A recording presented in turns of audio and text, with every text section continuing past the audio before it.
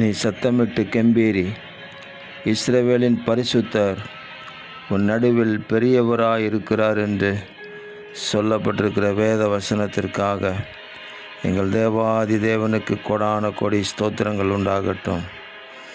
பரிசுத்தராகிய தேவன் எங்கள் மத்தியிலே பெரியவராக இருக்கிறதற்காக உங்களுக்கு ஸ்தோத்திரம்.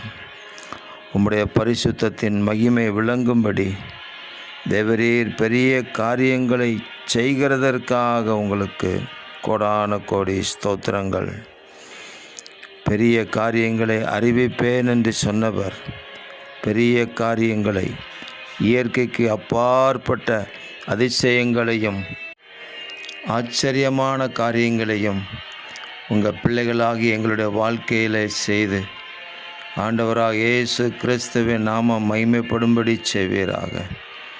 தேவரீர் எங்களோட கூட இருக்கிறீர் என்பதை இந்த உலகம் காணும்படி உங்கள் வல்லமை எப்பொழுதும் எங்களிடத்தில் வெளிப்படட்டும், விளங்கட்டும்.